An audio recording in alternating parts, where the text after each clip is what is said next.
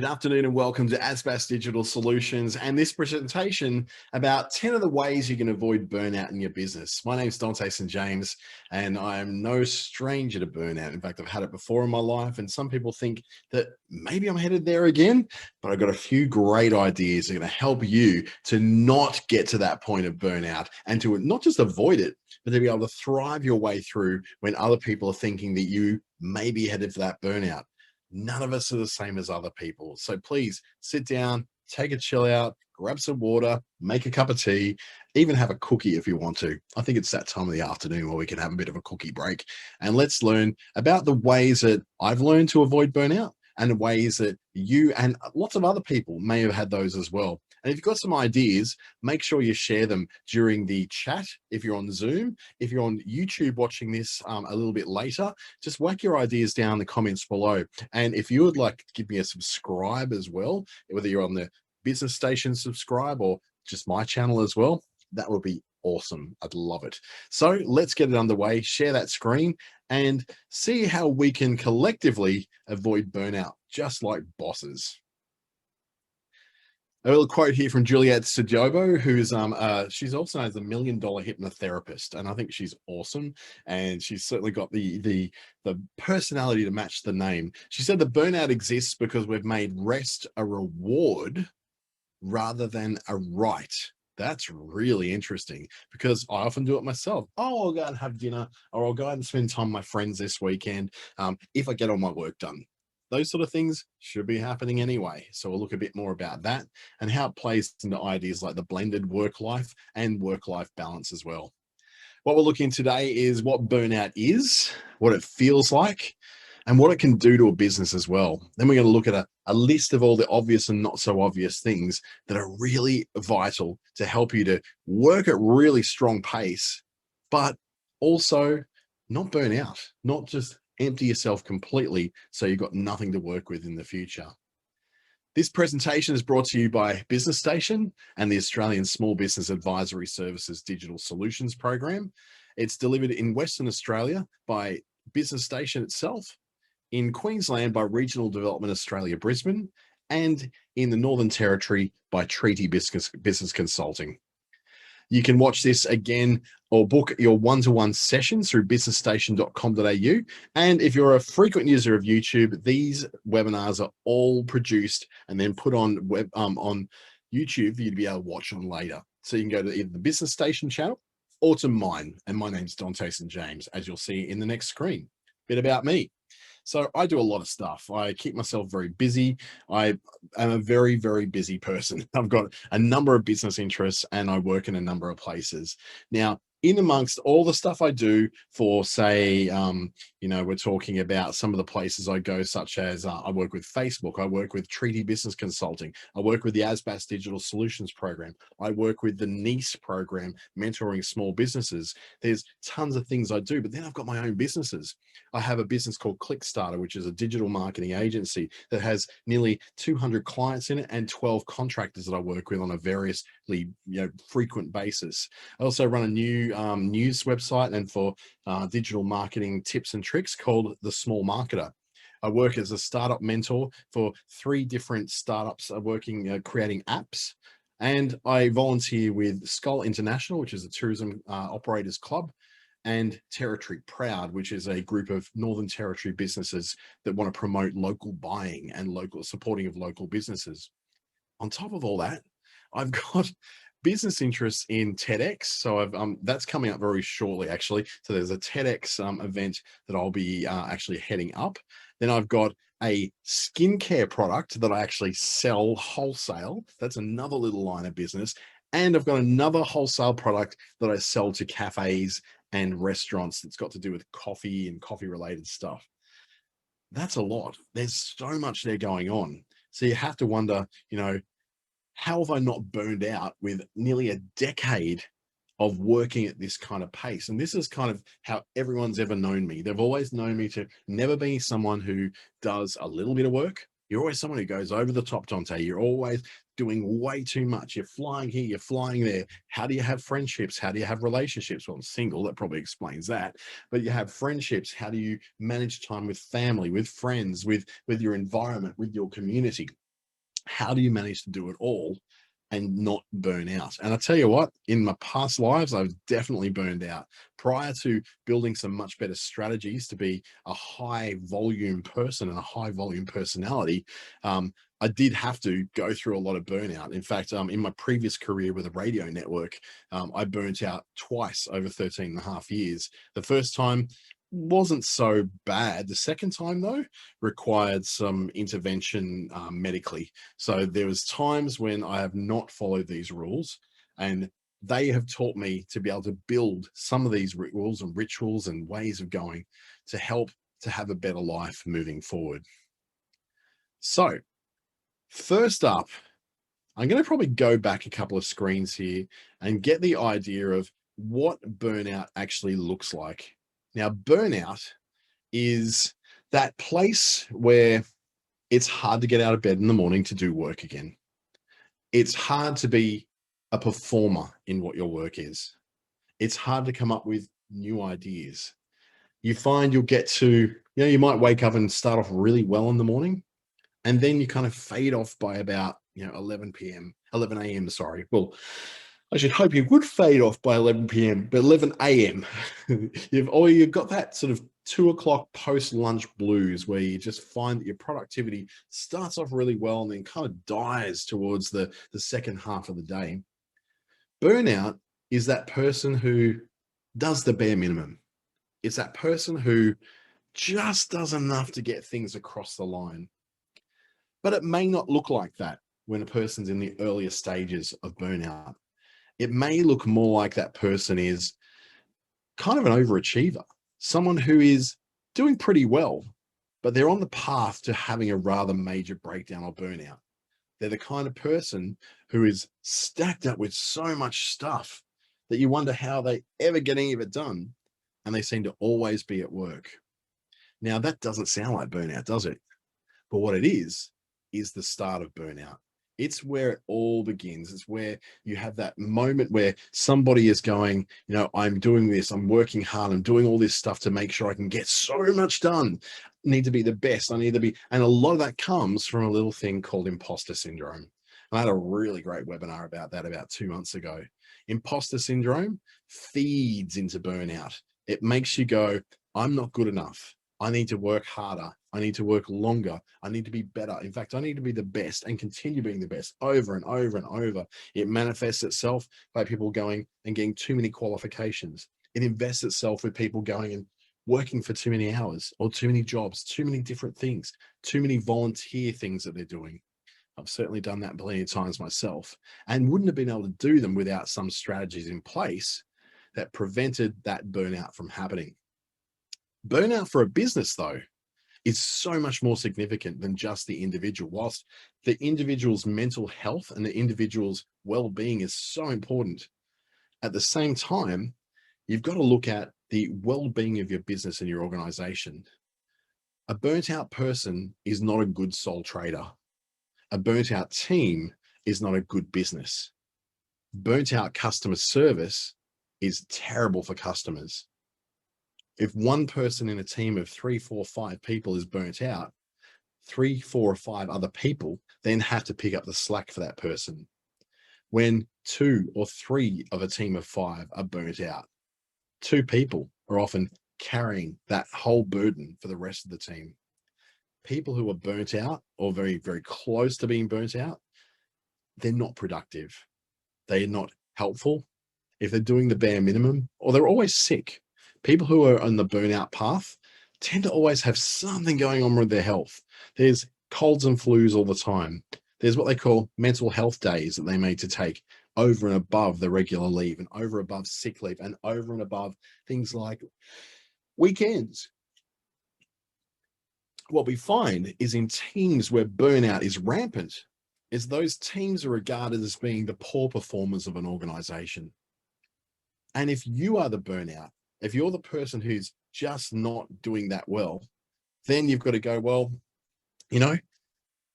I am the problem. I am the cause. I am actually holding this business back. And that may be time for you to make some major changes, or preferably you'll end up making some minor changes that will make all the difference. So let's share that screen again. and get back underway with our presentation. So rest and relax is a very key way of identifying that the ways that work for you are the best ways for you to work and relax. Work-life balance is something that's been brought up for probably the last 30 years as this idea of, something you do when you're, you work for 7.6 hours a day, you get 6 weeks of annual leave, and you have special time to work in. But other than that, your work doesn't come home with you. You don't think about work. You don't deal with work. All work is something you do in a part of your life. When you're a small business owner, work-life balance isn't really realistic, especially in the early years. Later down the track, you can step back from the business a bit more when other people are doing that sort of on-the-ground grunt work. But when it comes to you starting up something new, work-life balance is not something that's generally going to happen really easily. Let's just say you're working a full-time job to pay the bills, and you're working on a side hustle or a side gig to be able to create yourself a new lot of income. The classic example of work-life balance of working 8 hours, coming home, resting, playing for 8 hours, and sleeping for 8 hours, that 8, 3 by 8, it's not going to work for you, because what's going to happen is that relaxed time is going to be taken up by working on your side business, your side hustle. So work-life balance is a bit of a myth when it comes to small business, particularly in the early years, because it's by reality and by necessity, you have to work a little bit harder to get things going. Now, some people try to offset this by starting off a balanced business, starting from the very ground up and saying, I am going to only work the hours that I want to work, and I'm only going to do the things I want to do. In almost every case, these businesses will fail, because the reality of business is it is a lot of hard work, and in some cases it's a bit of luck. Some people just get lucky, or they just do a certain thing which allows them to spend a lot of time doing the things they want to do rather than being in the work. Now, the other way you can look at this is a bit more of a blended life, a blended schedule, not one where everything's sort of separated like the old TV dinners were back in the 60s and 70s, where there's this compartment for work, this compartment for play, this compartment for family, this compartment for sleep. Life's messy. Things overlie with each other. Things overlap. Life's more of a Venn diagram more than a TV dinner. So how do we then work with this? How do we then create that blended life? And it all comes down to you going, I'm not working on something that I hate. I'm not working on something that I feel like is exhausting my energy. I'm not working on something which is making me feel like it's just another job. You're not buying yourself a job when you create this kind of business. A blended business life plan is going to be all about where you're creating the opportunity to do work you love. Now, I've been very, very fortunate in life. I get to do so much of this stuff, presenting, writing these webinars, getting them prepared for people. This kind of stuff helps to create energy in my life. It doesn't sap it all out of me. It doesn't create a situation where I'm exhausted at the end of every day and just can't bear the thought of working again tomorrow. I still wake up 5 o'clock, 4:30 in the morning, and off I go. By this time of the afternoon, I might start to get a little bit tired, and I apologize if you can hear any sirens outside. Hopefully my filters are actually filtering that out. But there's a whole lot of fire trucks just went by. Hopefully everyone's okay. So when I love what I do, I don't have a problem with waking up at 4:30 or 5 a.m. in the morning. I don't have a problem with scheduling things back to back for a day. But what I do have a problem with is filling my day with things I hate, things I really, really do not like. I like contact with people on Zoom calls, meetings, coffee. The opportunity to have a coffee out is fantastic. So I try to fill my days full of those. In your early days of your business, some of the things you might do to make enough money might, require you to do some of the things you don't like so much. You know what? They're the first things you start outsourcing as the business starts to grow. So you can sort of swing things back into that place where you're doing more of the work you love. Sleep is very key, and a lack of it will burn you out really fast. And I'll have like a little bit more about that soon, because sleep is one of those big factors when it comes to burnout. You tend to find that people who burn out the quickest are those who don't sleep very well or don't sleep much. But having flexible hours sort of plays into the sleep things. Like, for instance, I woke up at 4 o'clock this morning and started working at 4:30 after I went for a little walk. So what I need to do now in order to go out to dinner tonight at 7:30 is that when I get off this webinar, I'm going to have a nap, just for 1 hour, 1 hour nap. What that nap will allow me to do is to be able to then go out. Now, if I was working a job somewhere, when this finishes at what will essentially be, what, 4:30 my time, so it could be 5 o'clock your time in Queensland, or what would be about 3 o'clock in Western Australia. Once I finish all that, I'd still have another hour or half an hour of work to go. I can't just go into the corner of an office in a workplace and just go to sleep.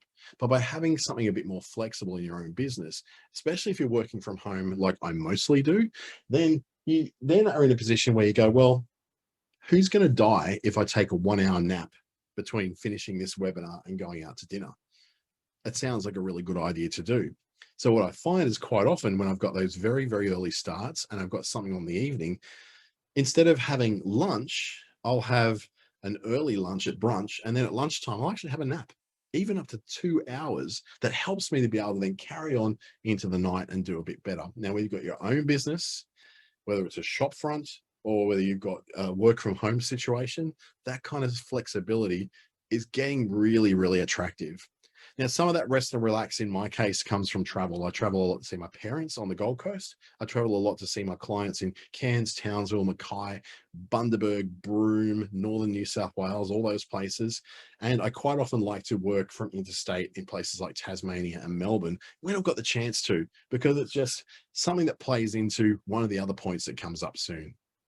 So giving you a few examples there, and some of the people I know who do that whole blended thing do it because they've got kids. Now, one of the treaty business consulting consultants and the general manager, Megan Holtzfein, she's got kids.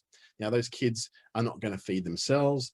Dad's often away doing remote work as a police officer in the Northern Territory. So she has to find ways to make her work fit her life, not just her life fitting her work. She is one of the hardest workers and most dedicated workers I've ever seen in my life. This woman is a machine. She has a capacity to get work done that I just admire. I feel like she just gets tons more done. She's so productive. Every minute of her day is productive.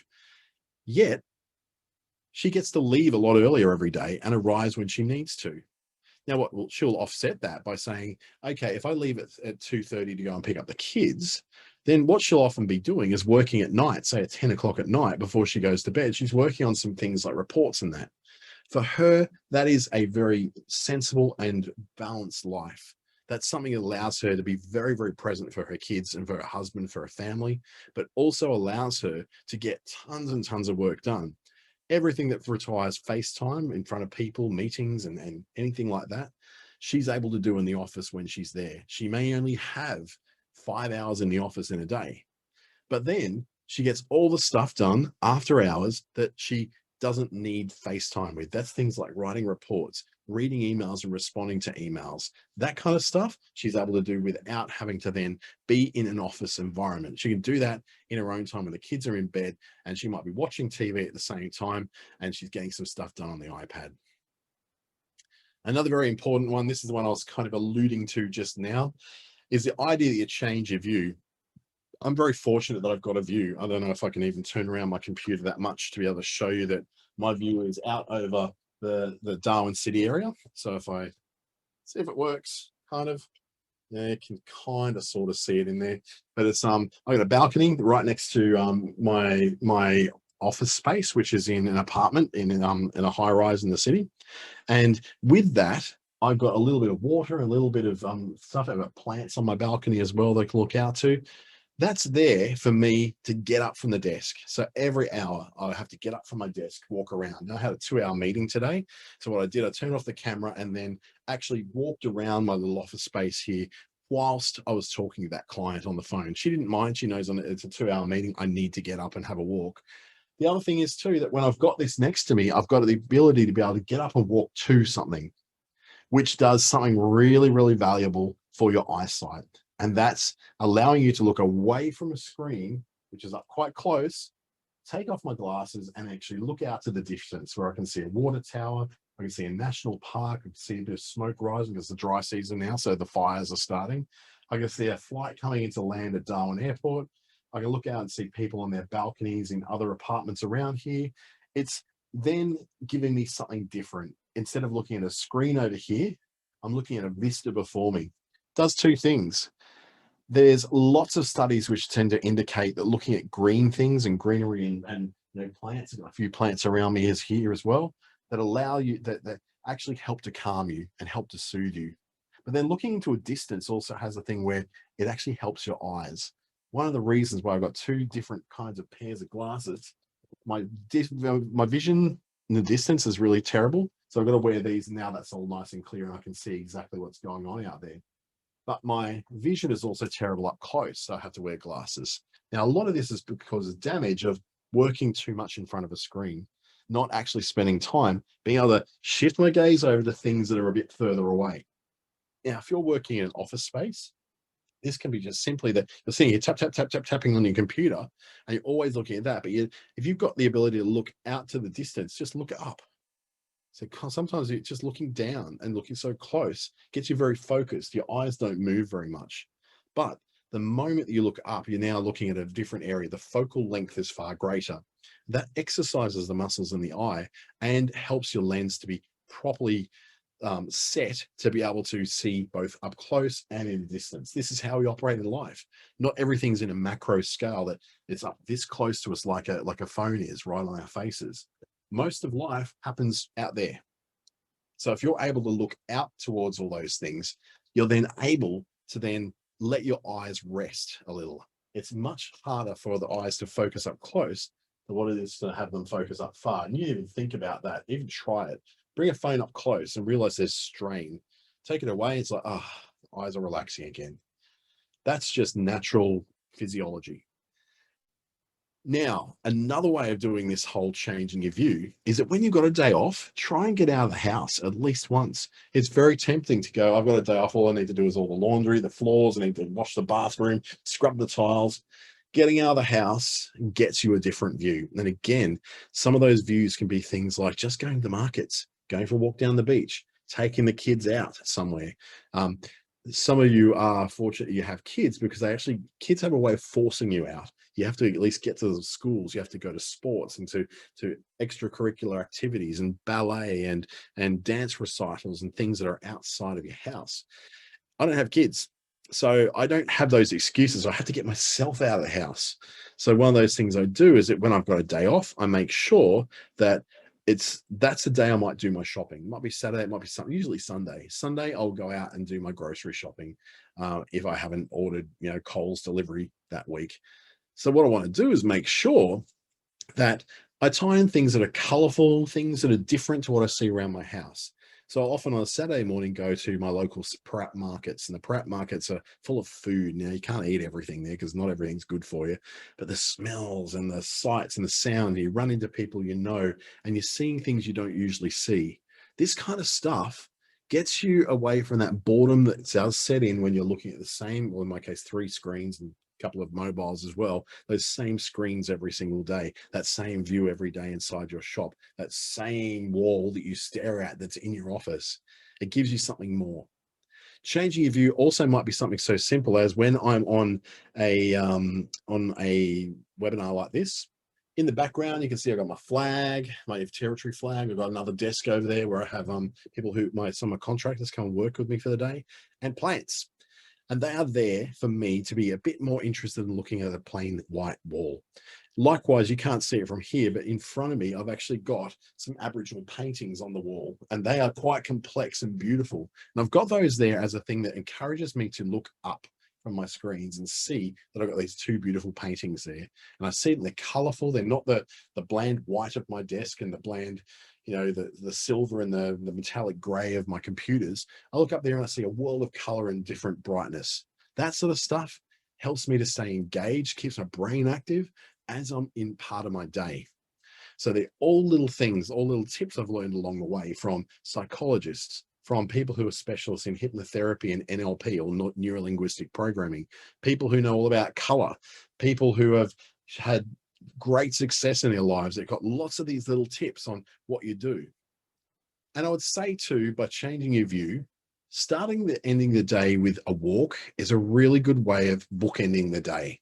So for instance, before I start working, I go for a 20 to 30-minute walk. Usually it's about 15 to 20 minutes because I don't really have a lot of time in the morning. And then the afternoon, once I've finished this, I actually go have my nap. I'll wake up and then I'm going to walk out to dinner, which is about a 15-minute walk from here. That means 15 minutes there, 15 minutes back. That's a half an hour walk. That provides a nice end to my day. So when I get back in after dinner, I don't plan on doing any work. It's going to be way too late to do all that. What I do need to do is use that walk as a way of changing my view. I'm going to see the world from a different perspective, not from the perspective of my desk in my office. Some people I know do quite ritualistic things. They'll go to the gym after work. That seems to be a very popular thing to do. They'll do yoga after work. They'll do something like read at the end of the day. They'll do something, or they'll go and do their hanging out of washing on the line, or pulling the washing in from the line, or doing something about like changing over the dishes in the dishwasher as something they do at the end of the day, because it gets them out of where they are and into another space, even if it's just another room in the house. It's a great way to prevent you from resenting the space you're in. If you know that you can easily and quite fluidly get in and out of that space, then you're not going to feel like you're stuck. You're not going to feel trapped. You're not going to feel like a prisoner in your office. Wow. If I had the answer to how to get better sleep, I'd probably make $1 million right here, right now.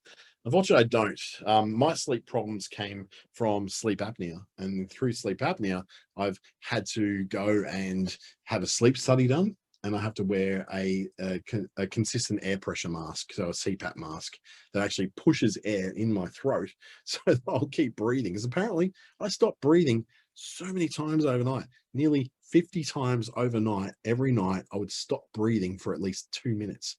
That's scary. That is really, really frightening. It means I wasn't getting good sleep and I was feeling like crap as well. The first time I got that CPAP mask, the very first night, it was like my world had opened up. I did never known that sleep could be so good. That said, though, back in the days before I got a CPAP mask and got my sleep more consistent, I used to think that 8 hours sleep was the absolute golden rule. 8 hours or more sleep a night was what you needed. Now that I was getting far more clean sleep and far more restful sleep, I find that I need about 6 now. 6 hours sleep is actually about right for me. 6.5, probably perfect, about 6.5. Once I start hitting 7, 7.5, I get things like back problems. I get sore. I wake up. I need to go to the toilet in the middle of the night. All those little things are niggling things that happen when you're waking up in the middle of the night because you're not comfortable.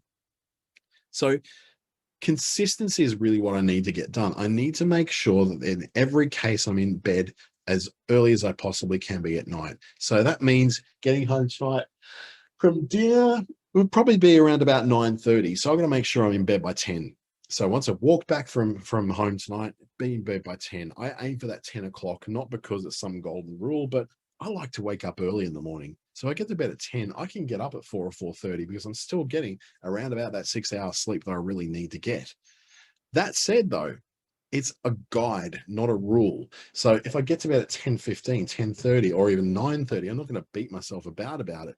What I need to do is ensure I get that consistent 6 hours to feel good. Last night, I didn't get it. Last night, I got around about 5 hours. So I'm not feeling particularly great today. I'm feeling a little flatter than normal, not as animated as I normally would be, and certainly not as clear. When I look around, things are taking a little slow. They're a little slower to adjust. I'm feeling a little bit more heavy in the head. That's because I haven't had enough sleep. I got out of my consistent cycle. This is why your bedtime is so important, because our weekdays are driven so much by clocks and calendars. The ability to be able to get that night's sleep and the ability to be able to wake up at a consistent time means you need to really get that consistency of bedtime. Apple phones and the health apps on Android phones are excellent for helping you not only to track your sleep. I'm talking about sleep and now I'm going to start yawning. That's ridiculous. It's not just talking about you getting better sleep. It's also about getting that consistency in. There's a setting called bedtime on Apple phones, and that allows you to monitor when you should be going to bed, so that when you get to bed on that regular time, it sort of says, yep, you've got a good consistency over time, and you can measure in yourself whether that's actually working really well for you. How does this contribute to burnout? Burnout comes from a place where you don't have a lot of control, where you feel like if you can't control your sleep, you can't control the workload, you can't control any of your environment, and you start to resent things. If you start to resent your own sleep patterns, that's a real warning sign.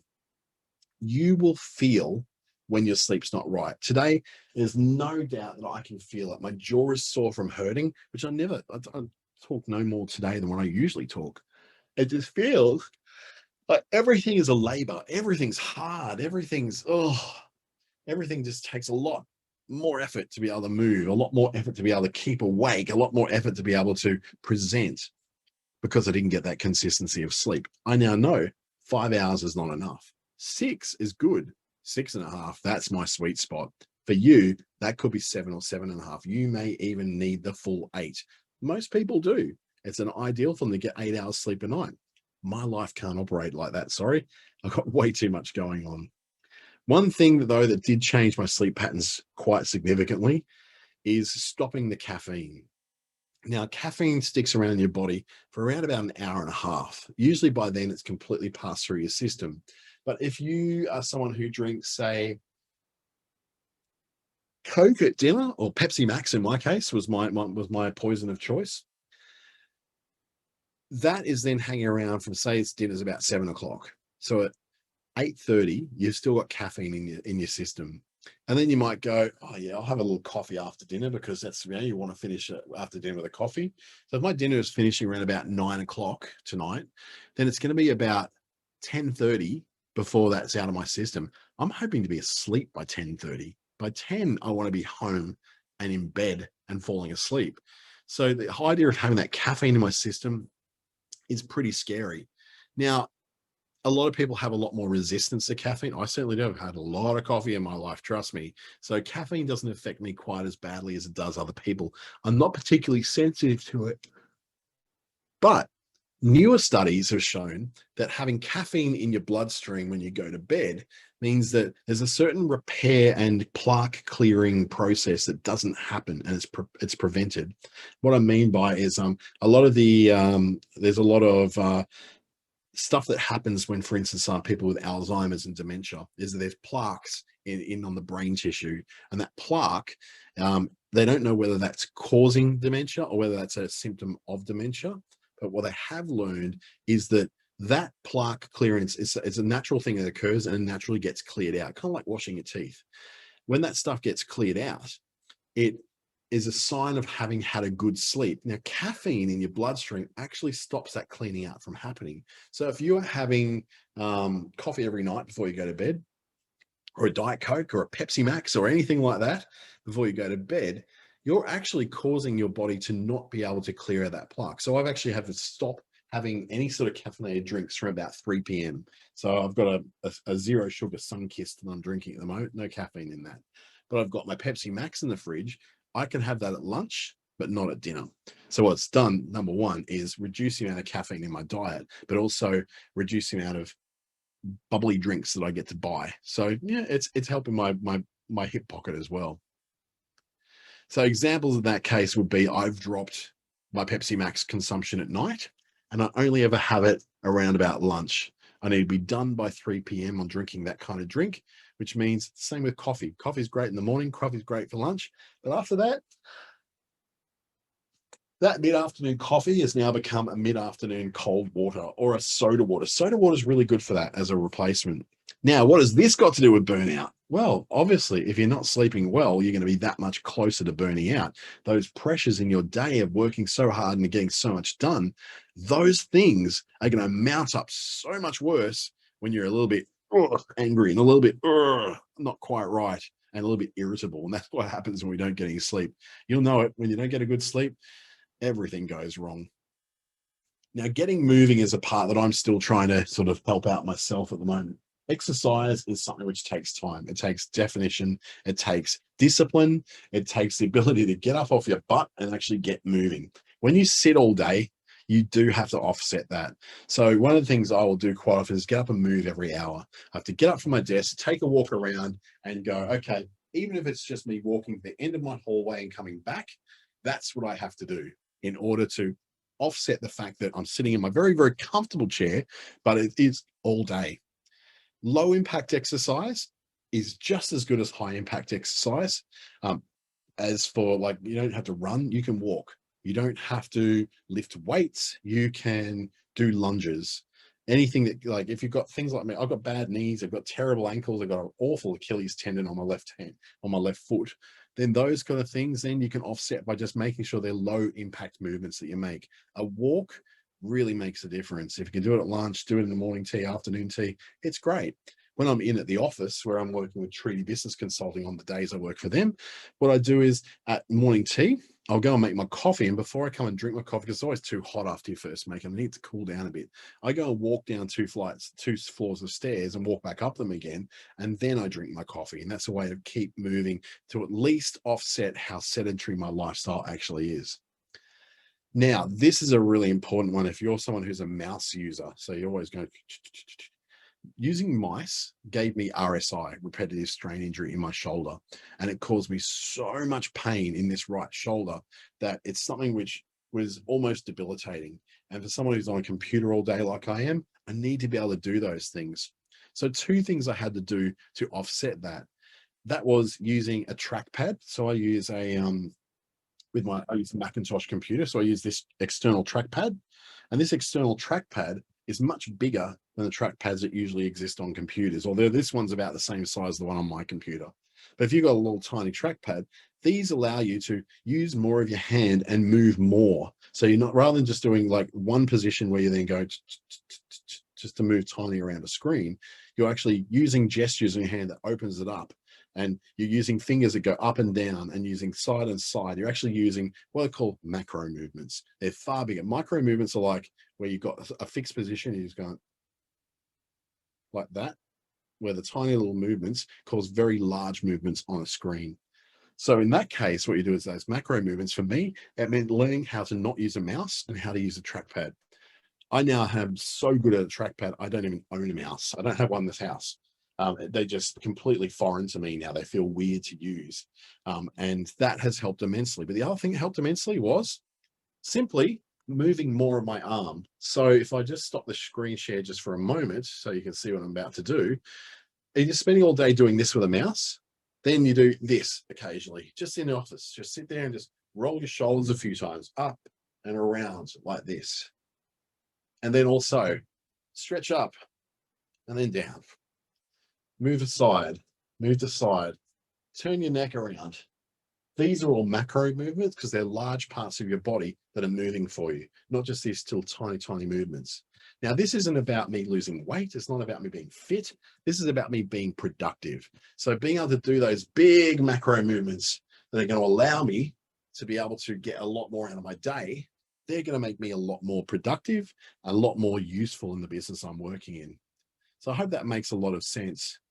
Now, when it comes to replacing their bad habits, those bad habits I'm going to talk about when they're here are things like, I live on the 7th floor of a building. It doesn't take me long to walk down the stairs, but it does take me a while to walk up them. So what I try to do, at least once a day when I go outside of the building, is I walk down the stairs to get out of the building. Not so hard. Walking back up the stairs, that's a whole other deal. I'm not going to be probably doing that. But when I go to the Treaty Business Consulting office, their particular office, right, is on the 1st floor. So there's only a couple of flights of stairs. I'm up there. So instead of going straight into the vestibule where the lifts are and just going, oh yeah, I'm just going to hop in the lift and go up to the next level, I walk around to the back of the building and then walk up that set of stairs. Now, what this does is gets you used to using the stairs so that the lift actually feels a bit weird and it feels like it's too slow because you're not going anywhere. So doing those little things, replace the escalator with the stairs, replacing the lift with the stairs. Of course, if you're not in a 38-story building, that's probably more helpful. But things like also, instead of rolling your chair over to the other side of the office to talk to someone, get up and walk over to them and have a chat to them as well. That's going to give you much more of an option to get those macro movements going again, which is offsetting all those little tiny movements that you're doing. Also helps you with your eyes, because as you're walking somewhere, you have to look ahead, not just up close. How does this help with all your burnout? Again, when you're not sore, when you're not aching, when your body's not feeling like it's falling apart, you're more capable and in a better mood to be able to get through a big day of work. So that's why I just simply have to do these things, because I want to be able to work a lot. I need to be able to support that in some way. Now I need to up the ante a lot and do a lot more exercise. I've put on way too much weight in the last 4 years. That again is so that I can not just be more productive, but also live a lot longer. Because if I'm going to be working this hard for the next 20 years, because the chances are I will, because that's the kind of person I am, I need the body that's going to support that as well. I don't want to burn out either body or mind. Now, reflecting and preparing is all about preparing for that next day. So, tomorrow morning's work actually starts this afternoon. The last 15 minutes of my workday. So, after this, I said I was going to go have a nap. Look, 15 minutes after I finish this, what I do that last 15 minutes is clear my desk. Everything gets removed, any sort of drinks, any sort of used cans, bottles, plates, any sort of cutlery gets cleared and taken back to the kitchen. Any phones that I've got laying here all get removed because I'm no longer in that space. So I need to take those out with me because I'm not going to be walking back into this office area.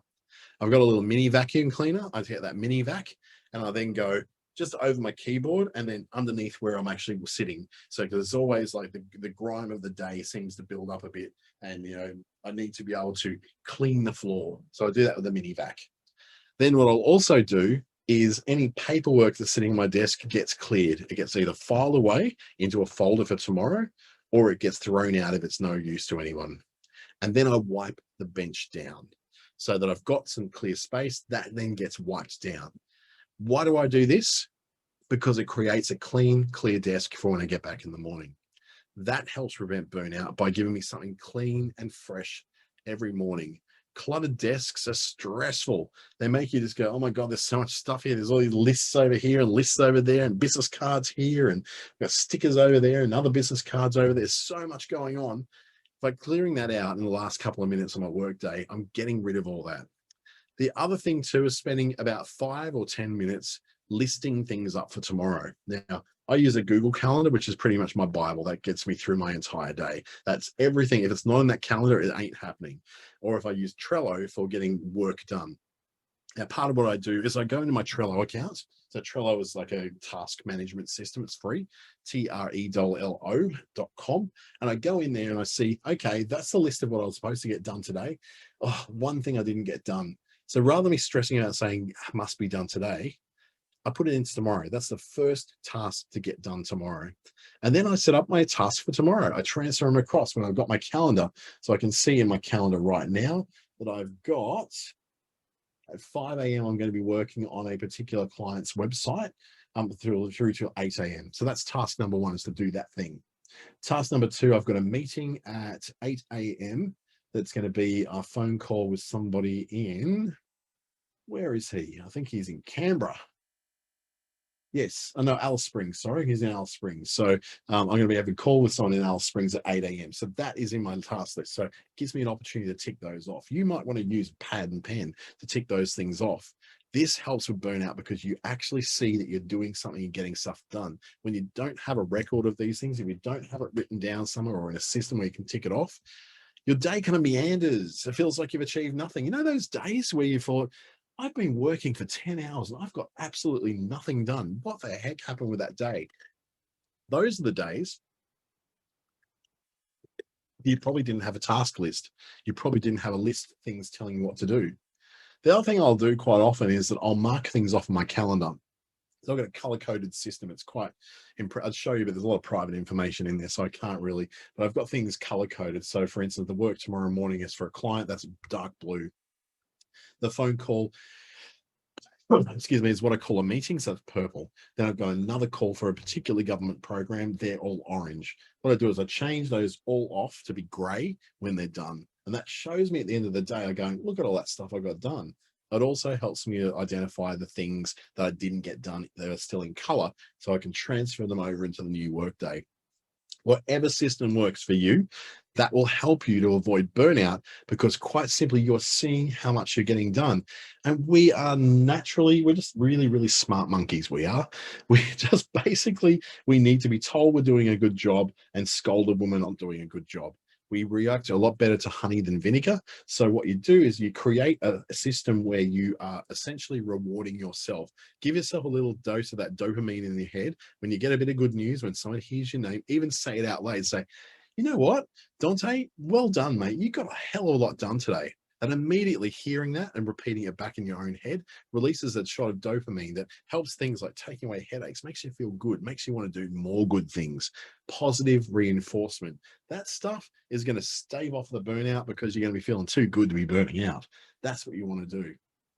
Then as I work through my day, I do those things and keep them working. But at the end of the week, you've got to give yourself a little bit of time to think of the bigger picture. You can get caught up in these lists and these to-dos and calendars, but the reality is you're also a person who has hopes and dreams and plans for the future.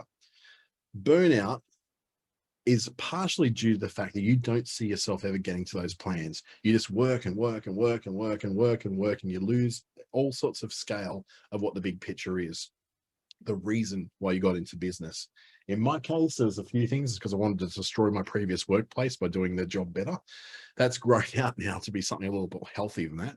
It's more like who I help and why I help them, and also the freedom that I want to get to be able to work from wherever I want to work, see my parents whenever I want to see them, and catch up with friends in other parts of Australia and the world when I want to. That sort of stuff is well on the way. When I look at that and I go, okay, what I want to do is look through my calendar, pull up my calendar and say, well, the end of next week, I'm off to Cairns and Townsville for a week. That's going to be amazing. I'm going to see these friends that I know. I'm going to see these people that I've met before. I'm going to meet all these new people. I'm going to be able to drop in through Brisbane, have dinner with my parents on the way through before I fly back to Darwin. That'll be awesome. And then, oh, look at that. I've got this a friend of mine coming to stay on the 26th, and I've got this big marketing workshop on the 28th. These are all filming on the 25th. What you're doing is giving yourself a picture of what's the big stuff going on. It's not just about, you going, here's a bunch of tasks. I start to see in my calendar that there's amazing, wonderful things coming up in my life. By focusing on those things, I think hope, was it? It's like a biblical psalm or a proverb or something. It says something like hope deferred it makes the heart grow sick. What you want to do is you see this hope in there, and it actually makes your heart swell really well. And say, oh, I'm back in Cairns on the 30th of the month for that training. That's going to be awesome. I'm going to see friends in Cairns again. Off to Broome the very next day after I get back. And I love Broome. It's such a great little spot to be going. And so many new people that I know over there. So that's going to be awesome too. Looking, going, holy crap, I've got a really good month ahead of me. Now that immediately takes me out of burnout phase and into much more hope about the future. It gets me excited. And that's a really good way to end your day or your week, when you can actually look out and look at all the amazing things you've got coming up. Even me just verbalizing it now is making me feel great. I'm feeling more alive. I'm not yawning anymore because I'm not talking about sleep. I'm actually talking about the great things that are going to go on in my life in the next couple of weeks. That helps you prevent burnout. So things like calendars and lists of all this stuff that's going to happen, they're not just about little tasks that get ticked off. They're about the big things too. The trips, the markets. Put your daily personal stuff in there. All that stuff. Mark the birthdays, mark the anniversaries. I put everything in there. I've even got a friend of mine's birthday next Saturday. And on top of that, I've also got in there an anniversary when I broke up with someone. That's actually a good memory, by the way. It's not a bad memory. So I look at that and go, wow. It takes me back to the big picture of my life, not just today, right in front of this computer and this screen and what's going on. Makes a big difference. I promise you that. So that's the example from me, but other friends of mine use systems like Asana, they use Trello, they use Monday.com as ways of being able to track these things getting done. But the best of them all use those systems, not just to track work, but to track the bigger things. That's why I use Google Calendar. I track everything in there. I can see where I'm staying, what I'm doing, who I met. I diarize absolutely everything. So I can go to someone and say, Jeremy, we met 6 years ago today. And it's just that nice little way of getting you out of workspace and into personal space. And you feel good. You make someone else feel good. Then you jump back into your own world and get your work done. That avoids burnout because it makes you a better human being. I reckon that rituals are a great thing. Now, rituals don't mean necessarily lighting a candle and some incense and gang, gang, gang and chanting. It's not all that after all. Spiritual rituals, yes, they can create a great format for the day. One of the great reasons why the 5 prayer times of the day for very Orthodox Muslims is really valuable for helping them to stay not just on track with their spiritual lives, but to give them structure in their day. A lot of people do that. They pray before they get up in the morning. They pray before bed at night. Or they may have, I stretch or I do yoga or I do some meditation at certain times. Now, I don't do any of that stuff. My rituals are more about the things that I didn't even know I was doing, but now become more aware of. There are things like, and this one, just go with me here, the order in which you wash the parts of your body. Now, I always start off hair first. I don't wash my hair every day. I just put water on it because shampoo kind of wrecks your hair, and I'm already got as little hair as possible now. So I want to be able to protect the stuff that's still there. You don't do that with shampoo and conditioner. You do that by sometimes just leaving it alone. So one of the things I do, wash my hair first, and then this arm, then down the front, then the back, the legs, and then up through the private bits, underarms, underarm, face at the end. And that's how I have a ritual. I don't even know what it is. I'm very aware of the ritual that I go through. So that sort of ritual is one of the rituals you already perform that you may not be aware of. It's also, I have a certain order of things going in the morning. I wake up, the first thing I do is I go into the lounge room and turn on the air conditioner. So lounge room, living area is where my office is, right? So I make sure that when I do get out later on to work in there, that it's nice and cool and comfortable. I'm not stepping into a hot box. So it's a pleasant experience. That's a ritual. Doing that every morning, that's a ritual. Going then back in, having the shower, brushing the teeth, doing the hair, all that sort of stuff. All that stuff is part of a ritual as well. And then there's things like, how do you make your breakfast? What order you make your breakfast in? Do you make the coffee first or do you make the breakfast first? Those things form your rituals. Those kind of rituals actually contribute to your well-being because they're taking away stress points of your life. Mark Zuckerberg, very famously, tended for quite a few years there until someone told him he looked like too much like a robot, was to have the same clothes. He didn't like the inefficiency of having to choose clothes in the morning. So he had one pair of pants, one shirt, and one lot of shoes and socks, but 20 of them. So if it's like a blue shirt, like this shirt I'm wearing now, what that would have is I have 20 of these. So it's the same shirt I wear every day, but it's a different shirt. It's just the same color. I don't actually have that stress point of going, oh, what do I wear? Think about that would be great, wouldn't it? Wouldn't it be so good if you just didn't have to think about what you're wearing in the morning? It just is pull it out, you put it on, you go in and you're happy with that look. That's a really efficient thing. That becomes part of your rituals. So you can create some new rituals in your morning just by adding something in that you do every day. For me, that might be putting on music. So that I'm waking up to some nice music. My former housemate used to put on the same song every morning, really super loud as he got in the shower, because it helped wake him up as part of his rituals that got him ready for the day. That helps you avoid burnout because it allows you to then say, well, this is a stress point that I don't have in my life. You don't have to stress over what to do and in what order because it becomes automatic to you. Rituals really help to remove the stress and help to prevent the burnout. Then we've finally got the device detox. This is a really good one. I'm not taking my phone to dinner tonight. Now that might be dangerous. What if they decide they're not turning up? Who cares? I'll turn around and walk back 15 minutes. That's a good thing. I can have dinner back here at home if I need to, if they don't turn up. That's fine. What's going to happen in that time between me going out to dinner and getting home? Am I going to die? Is someone else going to die? We coped without these phones. We can cope without it. So when you go out to lunch next time, go out to a client meeting, put the phone not on the table. If you have to take it with you, put it in your bag, put it away so it's not in front of you. Don't take your phone to the kitchen or to the toilet. That's one of the other things is that I'm trying to train myself. Now, this sounds gross, but everyone so does this. They take their phones to the toilet. That's where we scroll through and waste time. What I want to do is create a little bit of serenity in my downtime in the small room of the house. So with that, I'm not going to take the world into the toilet with me. I'm just going to leave it out the desk, out in the workspace. When I need to deal with the biological realities of life, I don't want the world in there with me. I'm just going to let it happen efficiently, the way nature intended. That's a gross point of conversation, I know, but you get what I mean, don't you? Now, also give yourself an email-free day every now and again, particularly on the weekends or when you've got the chance to actually take a day off away from the computer. Quite often the problem is that these things have email on them as well. So you either set yourself up that you don't have email on your phone, or you very deliberately avoid email during the day. That will help you with burnout because email is information overload. Give yourself an email free day. When you wake up in the morning, instead of listening to watching a YouTube video or a tutorial or listening to a podcast, replace that with music. Replace it with a fiction audiobook. It highlights very different parts of the brain.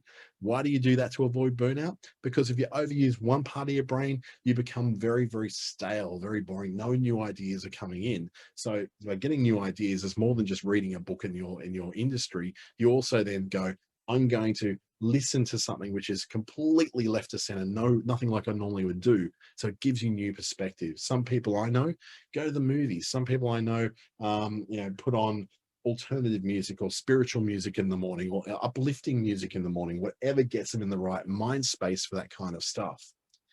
This one's a really big one for me, is stop making excuses. Let your yes be yes and your no be no. When someone asks you if they can fit them in, oh, surely you can squeeze me. It's only a 15-minute appointment. You say no. And they go, very few times will someone say why. What we assume they're going to ask that. So we start making up a story. Oh, I can't do that because, I've got back-to-back appointments all day and I need that 15 minutes to go and make myself a coffee and make some lunch and finally get off my chair and walk around the house. Get like 15 minutes is all I want in my day. Suddenly you're becoming a storyteller. You're over-explaining things. When you just let your yes be yes and your no be no, and this is a revolution to some people, if you mess something up, no one really cares about the reason why you messed it up. They just go, did you mess it up? And you go, yeah, I did mess it up. And it's okay. So what are we doing to correct that? Okay, I'm doing this, this, and this. Great, move on. This really helps you to be efficient. And it means that you're not stressing about coming up with another excuse and story to get out of that thing you don't want to do. If I didn't want to go to dinner tonight, I would just say to my friends, I don't feel like going to dinner, I'm not coming. And they know now that to not push that, because they know I can't be forced by peer pressure to do anything. So they'll just go, yeah, no worries, see you next time.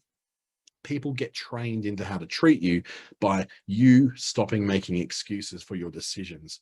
If you say yes to something, say yes to it. Don't explain why.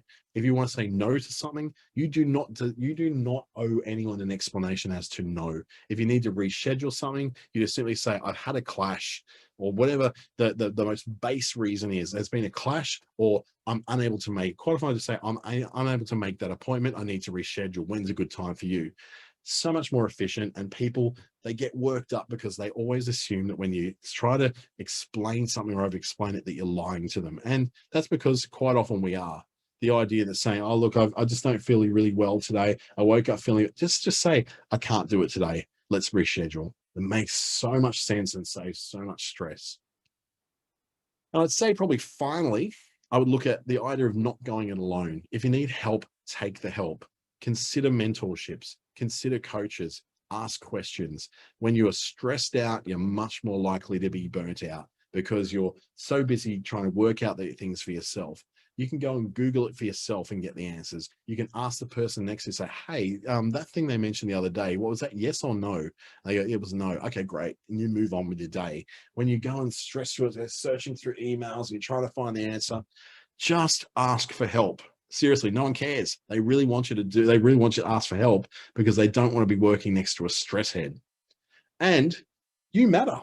This sounds really obvious, doesn't it? But you actually matter. It's not just your customers or clients. It's not just your kids. It's not just your husband or your wife. Toxic people add no value to your life. They are nothing but a stress point. The things that happen out in your friendships and relationships are things that affect you here in your business as well. It's not just about you having a business and everything being very businessy, so that the only things that can affect your life are business things. Things that are happening out there, you may actually have to remove some people from your life. As a new business owner, you'll find that some people just don't understand. They're used to their 6 weeks of government mandated leave that they get because they work for the local government or the state government or the federal government, they're used to a certain routine. They're also pretty unhappy with their jobs. Notice how much they whinge about them. They hate their jobs. Dude, you're getting paid over $100,000 to do practically nothing, and you're getting 6 weeks annual leave and all these flexi days and that. Hell, what else do you want, mate? Where you're working, 7 days a week, 10, 12, 13 hours a day, you matter. If you have toxic people in your life who are just doing nothing but make you feel bad about your business, you will, I guarantee, burn out. It's guaranteed you're going to burn out. So by getting rid of those toxic influences, and trust me, once you kick them out, remember, letting your yes be yes and your no be no. You say no to them enough times, they get trained to not bother you and try to drag you into their drama. It sounds much easier than what it may actually be in reality. But the minute you take that first step to saying no to these people, they will rant and rave and carry on. But you know what? They get bored and move on to the next person. People who are toxic look for the easiest possible path. That used to be you. Now it's someone else. That's their problem. You are important. You matter. You can book more webinars just like this one, or a one-to-one consultation on a matter of things. This has been about well-being, but it could just be about social media, websites, online security, cybersecurity, using different systems like Microsoft Word, G Suite, Trello, like we mentioned before, or Asana. You can book myself and other great advisors in at businessstation.com.au. If you want to reach out to me, that's my email address on the screen, or you can come over and stalk me on Stalkbook and Linked Stalk and YouStalk, or I call LinkedIn, Facebook, and YouTube for the more educated. I'm off to have a nap after I clean my desk, of course. If you want to know more about how I structure my day and how you might structure yours, book me and I'd love to have a chat. Thank you so much for joining me this afternoon. I hope you have an amazing week. I hope your week already has been amazing, to be honest. And thank you for taking some time out of your business today to work on your business and a little bit on yourself too. Have a great one.